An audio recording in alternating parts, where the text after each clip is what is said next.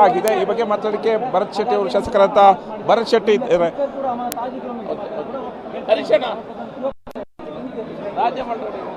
Bharat Shetty sir, ಸದನದಲ್ಲಿ ಸಾಕಷ್ಟು ಸದ್ದುಗದ್ದಲ ಆಗಿ ಬಿಜೆಪಿ 17 ಶಾಸಕರನ್ನ ಸಸ್ಪೆಂಡ್ ಆಗಿ ಈ ಬಗ್ಗೆ ಮಾತಾಡಲಿಕ್ಕೆ ಶಾಸಕರಂತ ಭರತ್ ಶೆಟ್ಟಿ ನಮ್ದು ಇದ್ದಾರೆ. ಸರ್, ಯಾಕೆ ಸರ್ ಈ ಸಸ್ಪೆಂಡ್?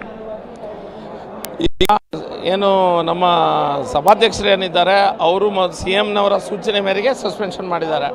ಒಂದು ಏನಂತ ಹೇಳಿದ್ರೆ, ಅವರು ಈ ಹನಿ ಟ್ರ್ಯಾಪ್ ಅನ್ನುವಂಥ ವಿಷಯದಲ್ಲಿ ಚರ್ಚೆ ಮಾಡಲಿಕ್ಕೆ ಸಿದ್ಧರಿಲ್ಲ. ಅದ್ರ ಬಗ್ಗೆ ನಾವು ನಮ್ಮ ಬೇಡಿಕೆಗಳಿದೆ, ಆ ಬೇಡಿಕೆಗಳಿಗೆ ಉತ್ತರ ಕೊಡುವಂಥ ಶಕ್ತಿ ಮುಖ್ಯಮಂತ್ರಿಗಳ ಇಲ್ಲ. ಈ ಒಂದು ಕ್ಯಾಂಪಸ್ ದೊಡ್ಡದಾಗಿದೆ ಅಂತ ಹೇಳಿದ್ರೆ ಕರ್ನಾಟಕ ರಾಜ್ಯ ಸರ್ಕಾರ ಉರುಳುವಂಥ ಸಾಧ್ಯತೆ ಇದೆ. ಅದಕ್ಕೋಸ್ಕರ ಸರ್ಕಾರವನ್ನು ಉಳಿಸ್ಕೊಳ್ಳಿಕ್ಕಾಗಿ ಅವರು ಇದನ್ನು ಮಾಡ್ತಿದ್ದಾರೆ. ನಮ್ಮ ಪ್ರಶ್ನೆಗಳಿಗೆ ಉತ್ತರವನ್ನು ನೀಡ್ತಾ ಇಲ್ಲ. ನಮ್ಮದು ಯಾವುದೇ ಒಂದು ವಿಷಯಕ್ಕೆ ಸಹ ಸ್ಪಂದನೆಯನ್ನು ಮಾಡ್ತಾ ಇಲ್ಲ. ನಾವು ಬಾವಿಗೆ ಹೋಗಬೇಕಾದಂಥ ಪರಿಸ್ಥಿತಿ ಬಂದೊದಗಿದೆ.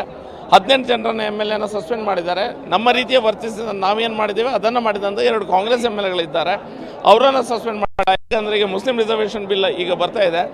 ಮುಸ್ಲಿಂ ರಿಸರ್ವೇಷನ್ ಬರುವಂಥ ಸಮಯದಲ್ಲಿ ಅವರಿಗೆ BJP MLAಗಳ ಸೌಂಡ್ ಏನಿದೆ, ಶಬ್ದ ಏನಿದೆ, ಅದನ್ನು ಕಮ್ಮಿ ಮಾಡುವಂಥ ಪ್ರಯತ್ನ MLAಗಳನ್ನು ಹೊರಗಾಗಿ ಮಾಡ್ತಾ ಇದ್ದಾರೆ. ಈಗ ಒಳಗೆ ಮುಸ್ಲಿಂ ರಿಸರ್ವೇಷನ್ ಬಿಲ್ ಪಾಸ್ ಮಾಡ್ತಾ ಇದ್ದಾರೆ. ಮುಸ್ಲಿಂ ರಿಸರ್ವೇಷನ್ ಬಿಲ್ ಪಾಸ್ ಮಾಡಲಿಕ್ಕೆ ಪಾಸ್ ಮಾಡುವಂಥ ಸಂದರ್ಭದಲ್ಲಿ ಅವರ ಹತ್ರ ಸಂಖ್ಯೆ ಇದೆ.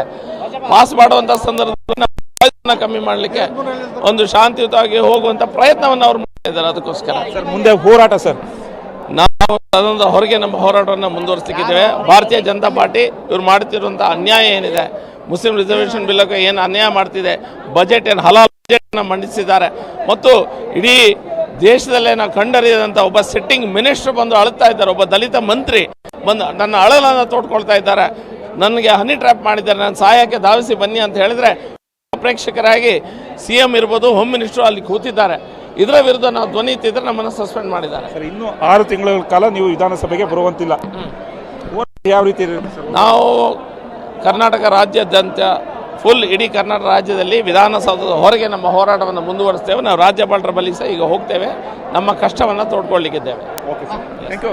ಇದಿಷ್ಟು ಶಾಸಕರಾದಂಥ ಭರತ್ ಶೆಟ್ಟಿ ಅವರ ಮಾತಾಗಿತ್ತು. ಕ್ಯಾಪ್ಟನ್ ಸಿದ್ದು ಜೊತೆ TV5 ಬೆಂಗಳೂರು.